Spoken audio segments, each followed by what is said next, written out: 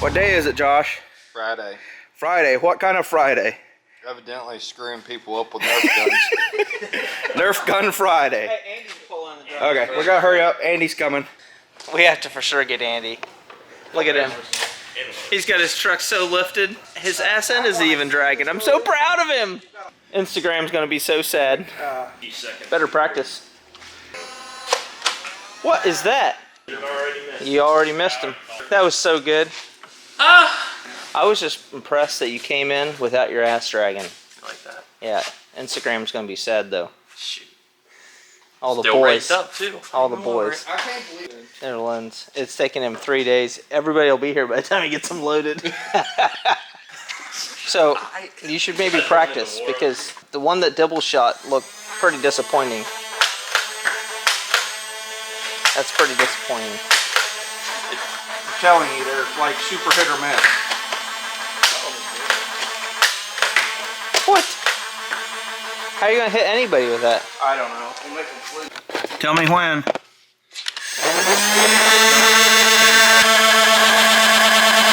is a noisy little bastard.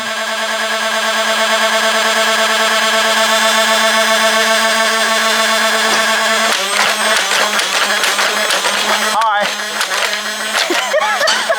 You're no fun. I can hear the things from out there and I'm like, what? One thing that I think I'm learning is we might have to upgrade some Nerf guns. These things are kind of meh. The off-brand one is, I think, better than the actual Nerf gun. Morning!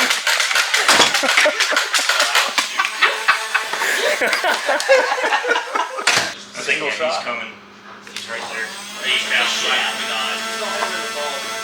That's what I'm aiming for. Morning!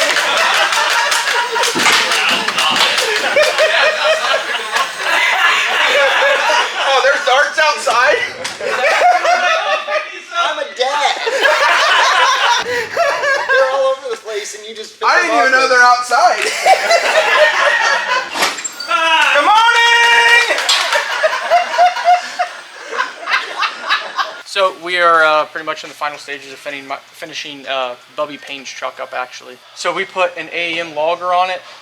So we made a sensor block for it and then ran all the hard lines, all that kind of stuff, get to all the sensors and whatnot. And then we also, so he did have an existing set of turbos on it. There was just some things that we wanted to change that he had the wastegates kind of running in a weird place. A few other small things like that that weren't quite how we try to do them, just makes it easier for him. We ended up putting the turbos side by side rather than flipping one backwards or anything like that. He had a 4-inch hood stack, and so we put a 5-inch hood stack in it. He had 2 gates on it, so it went down to 1 gate just on the manifold, and then put all of his nitrous and all that kind of stuff in here. He has 3 kits, and yeah, it should be a pretty rowdy rig for being a regular cab short bed. So we're gonna actually dyno it today, finish up that. It hasn't been driven in like I think 3 years, or 2 years, what he had said. So I took it down the road this morning for the first time, just to make sure nothing dumb happens or anything like that. But yeah, getting all the rest of the little knick-knack stuff finished up, tightened up, and cleaned up, and I think we're gonna try to give it some rips on the dyno today. So I'm gonna kind of go over the features of his AEM that we did. So we actually used all AEM sensors compared to what we did on mine, and we didn't use Bosch sensors, but this kind of just gives you the idea, the general layout for it. So he has 6 EGT probes, individual cylinders. He's got intake air temp, nitrous pressure boost, trans temp stage boost, which the stage boost is in between pipe between both your turbos. So that's for that one. Drive pressure, all these. This is kind of, there's a bunch of different layouts that you can switch through. But yeah, so this gives you kind of an idea of what you can all do with it. This also is compatible with your OBD2. So you can actually, what you want to see in a OBD2 log for tuning purposes, you can actually get everything on here when you pull a log off the AEM. So this is also something kind of cool Levon did. So we have, when he can kind of see his RPM or see his throttle position. So this comes up, it's actually pretty bright in the truck. We actually need to turn that down a little bit, but we added an all gas, no brakes deal on that. And but yeah, so as he comes up in RPM, and when he's staging it is the really good part about it. So you know you're actually up on your limiter, so you can come into the beams and see exactly where you are, and then you know you're 100% throttle when you get ready to leave. So that's kind of a cool deal with that. And yeah, so this actually has a lemur too. That's with our Anteater Pro, so it's all has a shift noid and everything on it. So yeah, you should have a pretty good race rig / street rig. So yeah, we'll see what it does here in a little bit. Okay, we have Mikey Payne's, Bubby Payne's truck on the dyno, Payne's Towing and Recovery. This truck came to us pretty much all together, and they needed us to finish up a couple odds and ends. Cody went over some of the stuff they did with the turbo setup.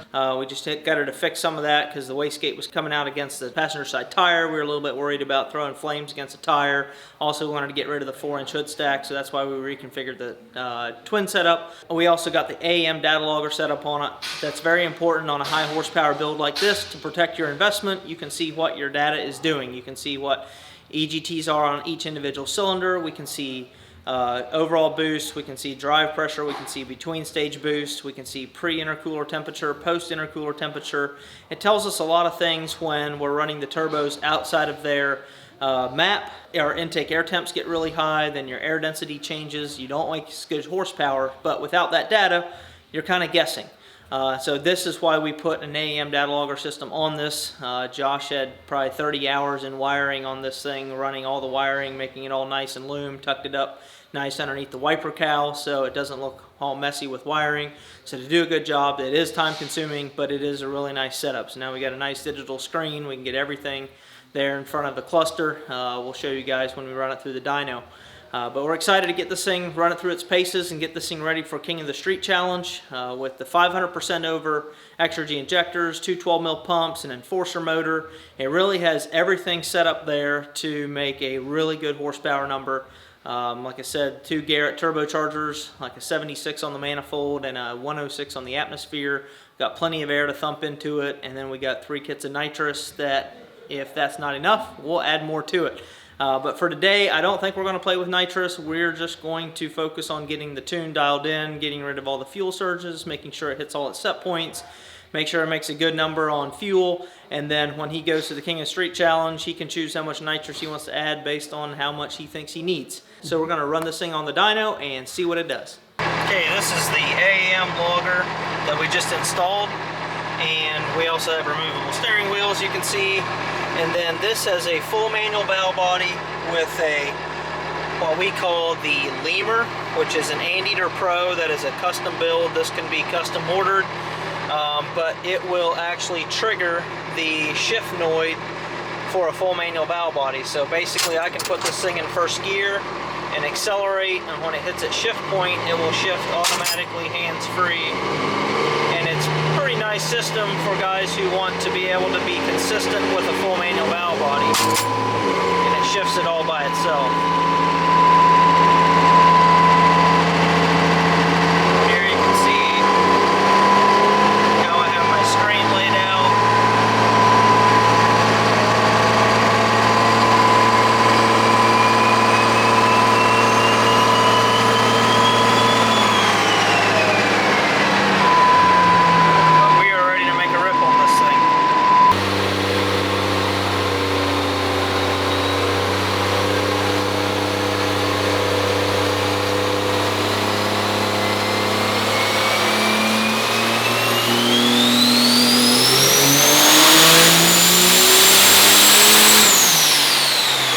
Okay, first run was 1105 horsepower, 900 microseconds, but I see quite a bit of rail fluctuation before I got into the run, so I can adjust that in tuning. But the other thing I saw at wide open throttle, it was maxing out the rail pressure sensor at 26,110 psi, which tells me it still has a 5.9 rail pressure sensor on it. I really like, on these big setups, I like to run 27,500 psi. We can generally be a little bit cleaner, atomize the fuel better. So I'm going to put a 6.7 liter rail pressure sensor in it. That way I can read up to 29,000 psi and make sure I get an accurate reading. So anytime that rail pressure maxes out the sensor at 26,110, rail pressure can run wild. It can actually go up to 30,000 PSI, but we would never know it because it's not actually reading it. So I'm gonna pop this 6.7 rail pressure sensor in it, rescale it in the tune file, flash it, and then we'll run it again. A dual CP3 kit, so it has a sensor relocation kit, but that's a 5.9 sensor. All of the original 5.9 sensors have a tall shoulder here, and the 6.7s have a short shoulder, but now the new 5.9 sensors look like this, so you have to look up the part number to verify whether you have 5.9 or 6.7 sensors.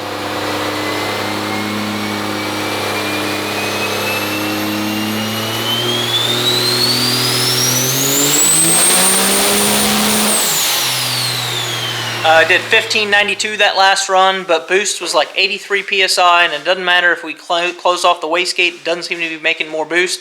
And we had checked this setup for boost leaks when we did the twin setup, but after we couldn't make boost on the more, we should be able to make 90-95 PSI, I would think.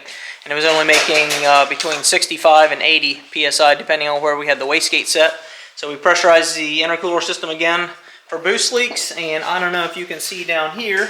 So there you can see where the intake manifold gasket was blown out. So we are going to pull the intake horn off and probably just put a small bead of silicone on a new gasket so that it's stickier to make, because these things just have a little, I don't know, instead of a bolt in the middle, they have a little peg that holds that gasket from blowing out, but apparently it doesn't clamp it good enough.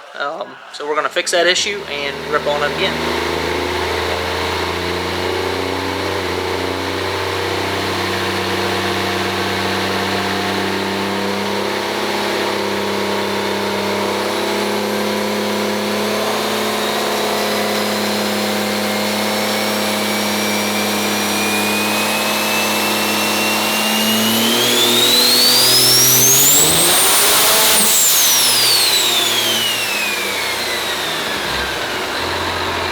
We got Bubby Payne's truck mostly wrapped up. We've got a couple little issues that we found on the dyno with our boost leak. We fixed that, but our silicone wasn't dry enough, and so when we ran it again, it was pushing the silicone out.